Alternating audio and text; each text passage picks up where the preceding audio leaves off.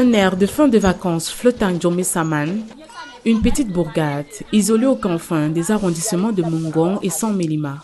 Sous la direction de Marie-Jeanne Eya, les femmes du village se mobilisent, chacune à leur manière et selon leurs moyens pour préparer le retour en classe. Nous avons appris à nos consoeurs à faire du savon, à faire de la teinture. Nous leur avons déjà appris à faire des champs un peu plus grands. Malgré la route qui n'est pas bonne, elles vont déjà vendre à San-Mélima. Bourgade forestière comptant près de 1000 âmes, N'Djamena dispose d'un centre de santé intégré et d'une école primaire publique. Emmanuel Ledoux vient d'y passer son certificat d'études primaires et a été admis en première année au CETIC de San-Mélima. Comme tous les enfants du village, il participe à des petits travaux agricoles pour aider sa mère à préparer sa rentrée scolaire. On part au champ, on travaille, on revient. On puise l'eau. Dès qu'on finit, on joue un peu et pour la rentrée scolaire, on s'organise.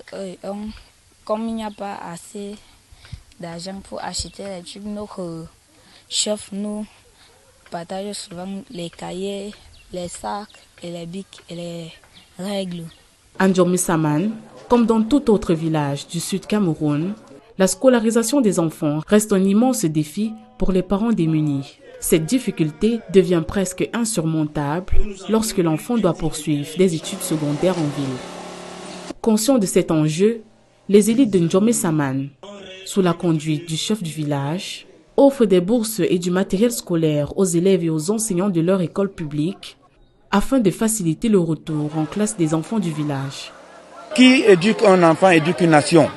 Donc, il faut qu'on s'assure que nos enfants sont éduqués pour qu'ils aillent occuper des postes de responsabilité dans l'administration. Ils ne peuvent pas rester au village, aller au champ et pouvoir aller compétir comme les autres. C'est pour ça qu'on insiste sur l'éducation. Pour inspirer les plus jeunes, l'étudiante en 3e année et Miss Université catholique d'Afrique centrale 2025 s'associe à cet événement. Je suis très honorée d'être ici aujourd'hui à N'Djamena pour encourager tous les élèves pour cette nouvelle rentrée scolaire 2026. La jeunesse, c'est le futur du village, la jeunesse, c'est le futur de la famille et la jeunesse, c'est le futur du Cameroun. Donc, toujours un plaisir d'aider la jeunesse. Ceux du CM2 qui vont au collège ont les bourses. Chacun a une bourse de 50 000 francs CFA qui va couvrir les frais d'APE, l'inscription et la tenue. Et aussi un sac pour l'école et un t-shirt de souvenir pour le prix d'excellence. Désormais bien préparés pour la rentrée scolaire, les élèves de N'Djamena expriment leur gratitude, défilant en rang, les yeux brillants d'espoir. Je dis d'abord merci à ceux qui nous ont offert ces bourses. Et je dis merci à nos élites, nos grands-parents qui nous ont aidés. Et parce que je vais aller au CETIC d'Oven.